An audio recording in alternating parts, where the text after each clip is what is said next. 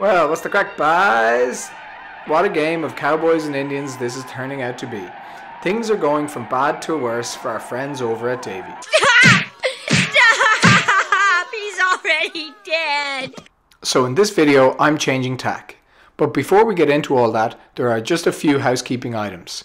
First, I'd like to thank everyone who liked the first video, and to the one person who did dislike it, don't worry, we know who you are. Please don't forget to subscribe to the channel and also like this video. Okay, with all that out of the way, let's get into it. These guys are pros.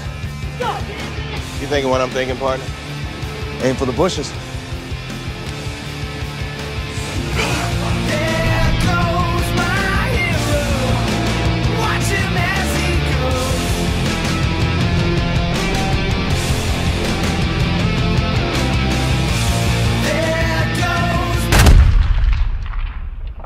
I'd like to start the video by listening into a segment from David McWilliams' podcast from last week. Just for the record, I'd like to say I'm a huge fan of McWilliams. He is and always will be an OG.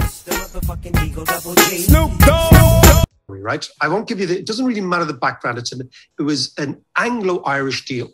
But what basically happened was the shares in Anglo-Irish Bank. Yes, the former Anglo-Irish are falling. Some guy owned these shares and he was being represented by Davies, right? Names don't really matter. Yeah. It matters to me.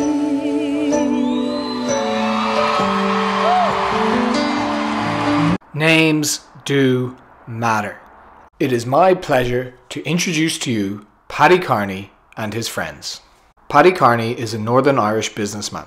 He is entirely self-made. He's not Drake, but he did start at the bottom and now he's here. Paddy Carney is the key instigator in this entire chain of events. You see, it was his bonds in Anglo-Irish Bank which Davy had been asked to sell. Let me make this very clear. Paddy Carney is not a financial advisor.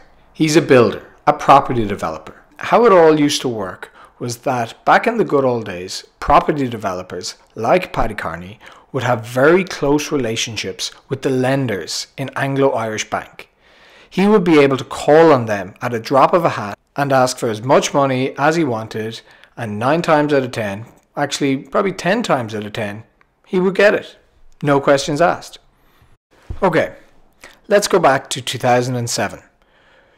Back then, Sean Quinn controlled about 30% of Anglo-Irish Bank. Yes, 30 fucking %. When Sean Quinn started going bust in 2009, the head honchos in Anglo-Irish Bank started getting scared. They decided to call up their top 10 clients, each of them property developers, and ask them would they take a substantial loan for the purpose of buying back shares in the bank. So the bank was lending to these guys just so that they would prop up the share price. It was a complete and utter disgrace at the time and there was a lot of hoo-ha about it. But as we see now, the same people who were involved back then are still running around doing dodgy deals. Paddy Carney was a member of this collection of the top 10 Alacadoos, which became known as the Maple 10 or the Golden Circle. I've got a golden ticket. I've got a golden twinkle in my eye. They were lent a total of 450 million. Okay, so long story short, it's 2014. Paddy Carney, a high-profile member of the Maple 10, is now looking to sell his Anglo bonds. So he decides to hire the prestigious, world-renowned Lebrun Capital to help him sell his bonds. Who? Lebrun Capital. Who? You know, Lebrun Capital. They've raised like 13 billion since 2008. Never heard of them, mate. Well, allow me to explain. Lebrun Capital is an investment advisory company set up in 2008 by Tom Brown. Tom Brown is a real piece of work. This lad is the Billy Big Bollocks of all the other Billy Big Bollockses in town. Just look at this picture from back in the day. The Holy Trinity, I call them. On the left we have David Drum picking it out of his arse. On the right is Jesus himself, Shawnee Fitz. And in the middle is our man now, Big Time Tom Brown. I'm not sure if I've mentioned it already, but just so we're clear, Big Time Tom was a Billy Big Balls. He simultaneously held the positions of Head of Wealth Management, Head of Group Human Resources, and Head of Lending, all at the same time. As recently as 3 weeks ago, Big Time Tom was back in the news.